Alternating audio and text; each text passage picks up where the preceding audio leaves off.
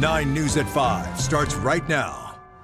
Thanks for joining us. I'm Jennifer Meckles. And I'm Mark Salinger. After a week of pretty mild temperatures and beautiful fall weather outside, we're getting colder. Tomorrow could be our coldest morning so far this season. So let's check in right now with 9 News Weather Impact Team Meteorologist Corey Reppenhagen.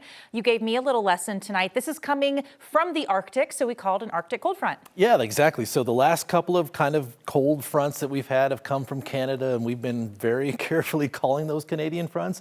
This one is legit, coming from the Arctic. It's going to be very substantial, mostly hitting the east coast of the United States, but we could see our coldest day of the season, our coldest morning. So far, the coldest temperature we've recorded in Denver this year is 21 degrees. That was a couple of days before Halloween, and our forecast for tomorrow, 20 degrees. This is at Denver International Airport, which is always the coldest place in the metro, but most of the area will be in the 20s. Take a look at the forecast here across the Front Range, Eastern Plains, and the nearby foothills. Not a single place in the state will likely stay above freezing for tomorrow morning. So it's going to be a cold one. Temperatures right now already, look at that, already 40 degrees at Denver International Airport. That's going to tumble. I don't think we'll have any trouble reaching 20 degrees by the morning, and then we'll rebound into the high temperatures. We'll maybe make it to about 50 degrees tomorrow, and there will be full sunshine. So it might take a little bit of the edge off of it, kind of like it did today. And then if you're waiting for some more warm weather, you don't have to wait long because it'll be here on Monday. More in just a bit. Corey, thank you. So today marks the 39th day of the government shutdown, making it the longest in U.S. history, and things don't really seem to be moving in any direction that signals that it's almost over. Despite holding a rare Saturday session, the Senate did not vote today, meaning the stalemate will drag into its 40th day tomorrow, and still no end in sight. The Senate expected to return to work tomorrow as well. We continue to see the shutdown impact play out in the courts after the Trump administration was ordered this week to pay out SNAP food benefits while the shutdown drags on. He turned to the Supreme Court for help, saying the government does not have enough money and won't pull it from another program. Well, yesterday, the High Court agreed with him, meaning that SNAP benefits will continue to be on hold for now. As this plays out in court, some states were already in the process of delivering those SNAP benefits. That includes here in Colorado, where about 32,000 SNAP recipients got their November benefits right before the Supreme Court paused it again. But that 32,000 is only about 5% of the more than 600,000 Coloradans who rely on SNAP. And all of this uncertainty around SNAP is only adding to the already high demand we're seeing at food banks across our state. So with that demand only continuing to climb, communities are working to try and ease that burden on families. Like today in Jefferson County, where hundreds of people came together to help those in need at schools. 9 News reporter Evan Krugel joins us live now in Jeffco about how a food drive held today could help thousands of families. Hey, Evan.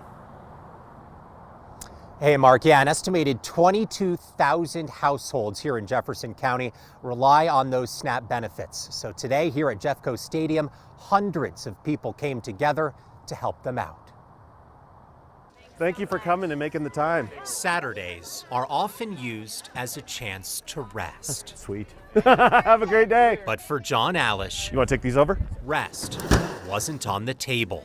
Yeah, I'm off today, but that's what it's all about, right? The Lakewood Police Commander clocked in for a volunteer shift, This one's good. helping unload and box up food for 8 new food pantries that are set to open at schools in Jefferson County. You know, as this continues to work its way through the court process and the political process, these communities have to step up and just make it happen in the meantime, because no one else is going to be here to do it. It's been a wonderful, wonderful day. Tara Pena came up with this idea as a way to help students and parents navigate confusing and uncertain times as they wait for SNAP benefits.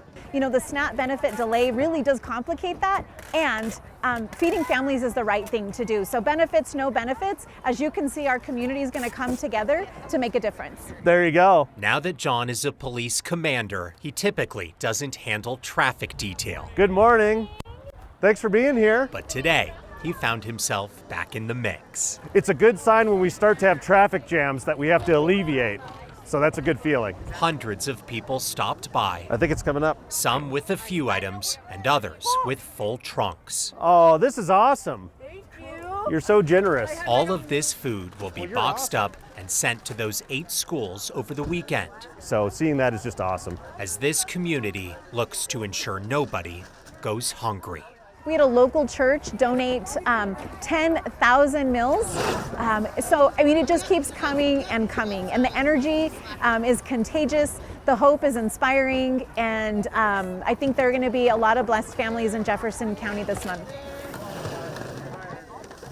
It was quite a show of support out here today. The goal is to open all 8 food pantries by next Wednesday at the latest. They stretch across the entire district from Arvada High School to the north to Dakota Ridge High School to the south, so they really are spread out intentionally.